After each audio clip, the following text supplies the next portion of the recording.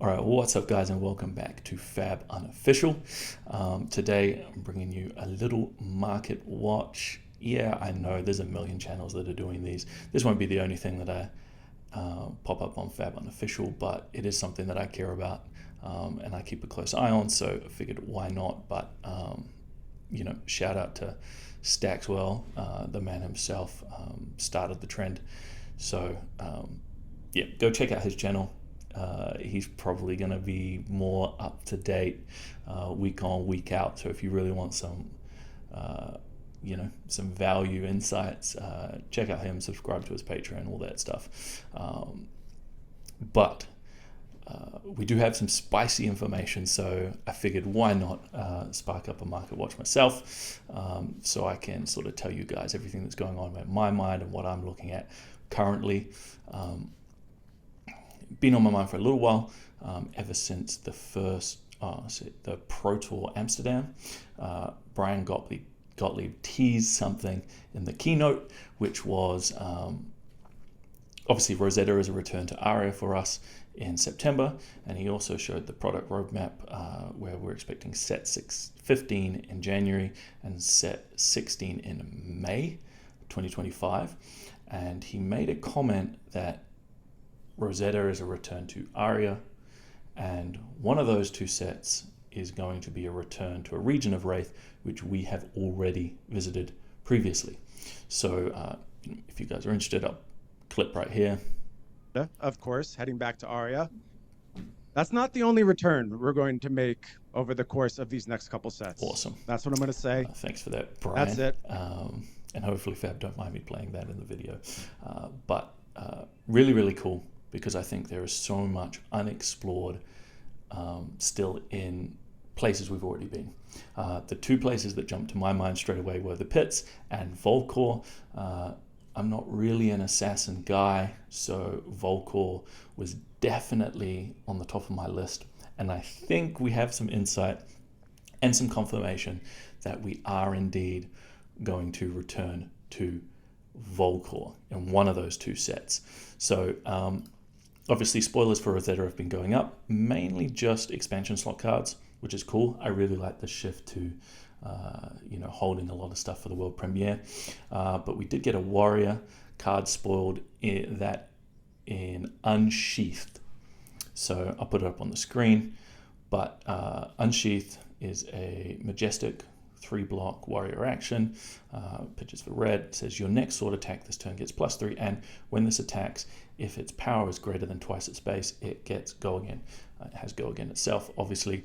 Now, I don't really care about the card. I'm not a warrior gamer. Definitely all about rune blades, or at least I have been since I realized that they were never really going to replace the original prism feel that I loved about illusionists. So we've pushed illusionists to the side. It's full steam ahead with rune blades. But what excites me most about this card is actually not the card itself and not any of its implications with the heroes, but it's actually the lore that came along with it. So I was actually lucky enough to be there in person when they handed out the very first Command & Conquer promo for Kassai winning the ultimate, what was it? I don't know what they actually called it. But there was a leaderboard during Heavy Hitter season, and Kassai came out on top with the most wins. So the people that won with Kassai in Limited got a promo card. Calling Queenstown champion Darren Ying won with Kassai at that very first event in the season, and so they gave him that promo at Armory, and it came with a cheeky little extra, which was a sheet of lore. So they sort of teased it a little bit, and then along with Unsheathed, they made a post on Twitter, and finally we got some lore associated with the Deathmatch Arena, which went live, called Bloodied Sands. I'll put a link for it down in the description below, so you can go and read that and check it out. And it basically just details Kassai's win in the Deathmatch Arena over Olympia and KO and the rest of the heroes, Rhino, so on and so forth. But the line that gets me the most is way down the bottom. I've got it in front of me, so just scrolling. Yes, so right underneath the artwork and image that's on Unsheathed, so pretty easy for you guys to find. actually just above it, it's in quotations. "Tonight we celebrate," she said, speaking as Kassai, "more quietly, for tomorrow we ride. This was just the beginning. Soon, with you by my side, I will reclaim my birthright. I will set my family free." And then as you go, carry on reading down below, you realize that what she's talking about is marching off into Volcor. So for me, that's all I need. Guaranteed, the set we're returning to is Volcor.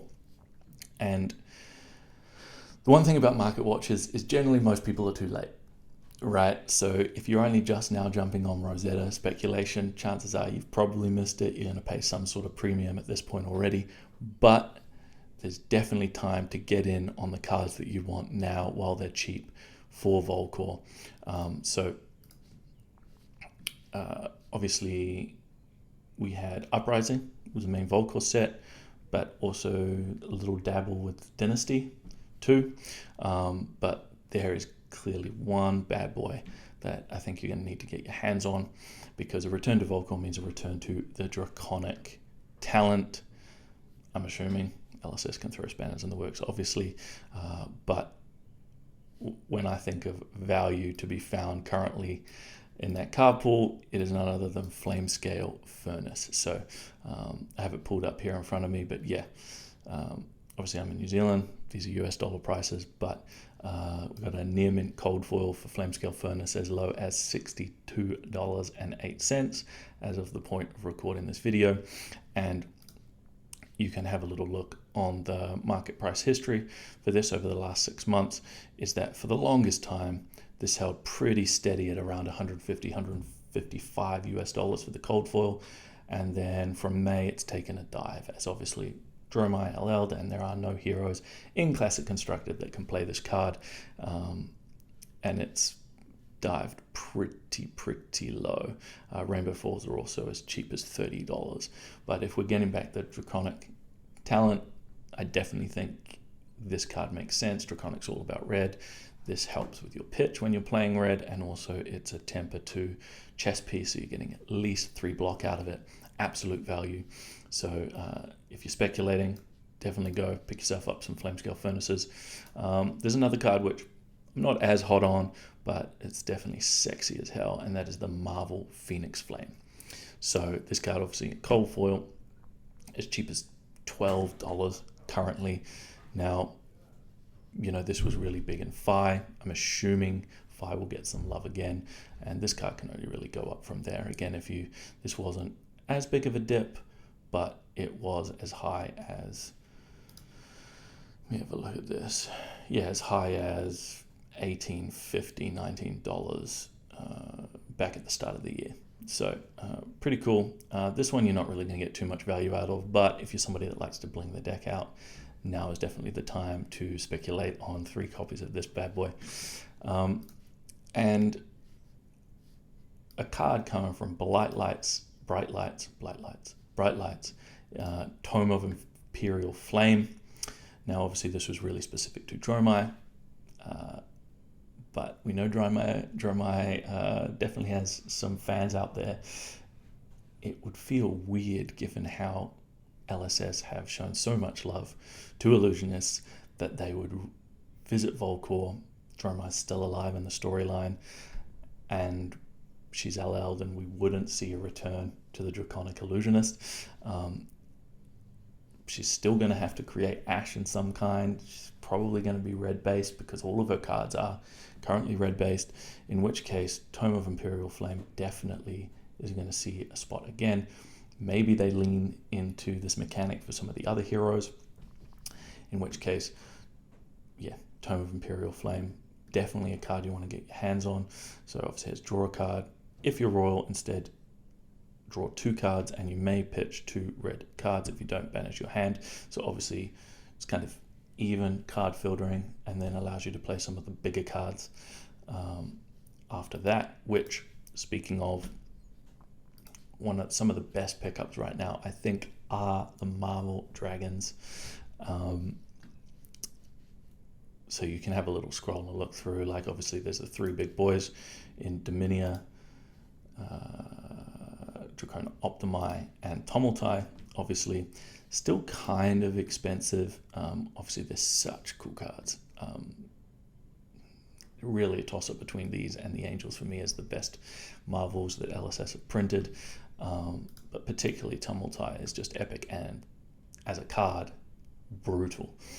They are obviously powered out pretty quickly with Tome of Imperial Flame in combination with Flamescale Furnace.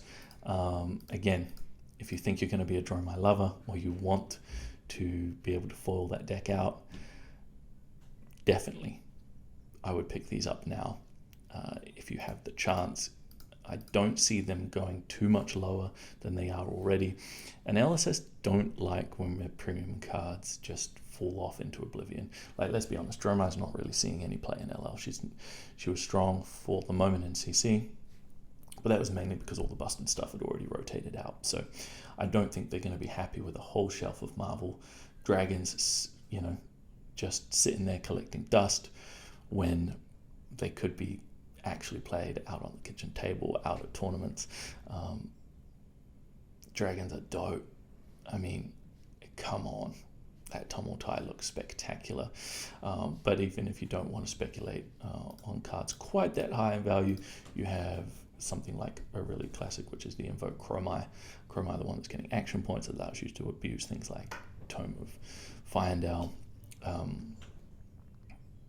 As low as 1376 for a lightly played cold foil. I mean, that's a no-brainer. You definitely have to grab yourself something like that. Now, I actually forgot, but as I look it up now, Uprising wasn't just all Draconic, right? With Rosetta, we've got Lightning, we have Earth.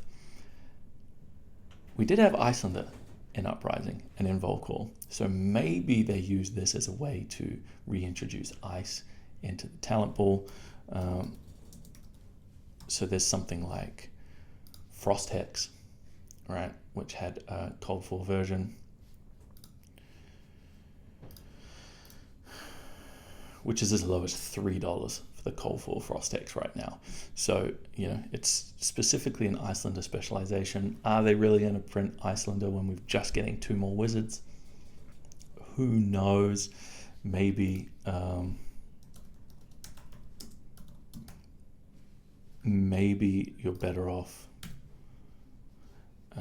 speculating on something like a Coronet Peak. So Ice Equipment Head. I mean, Icelander is kind of depicted on the artwork, but obviously can be played by any Ice hero, and definitely very, very strong ability into metagames like we've seen right now with Zen and all the aggressive stuff that's floating about. So, I don't know. There's definitely speculation to be had. I, for one, have already got my Flamescale Furnace already sleeved up in my folder, ready to go. I'm not really out to try and make too much money. For me, it's all about, I do want the cold foils. I mean, I'll play Rainbow Foils where I have to, but if I can get the cold foil version at for a reasonable price, I will. So for me, it's all been just like sort of kitting out my speculation so that I can actually play them. So I've got my Flamescale Furnace, I've got my Phoenix Flames already, even things like the Tome of Imperial Flame, and I have one of every Marvel Dragon ready to go just in case. That is something I will touch on. I don't know if I would get full play sets of these. UFC, they will have options, but James and Bryan have both spoke to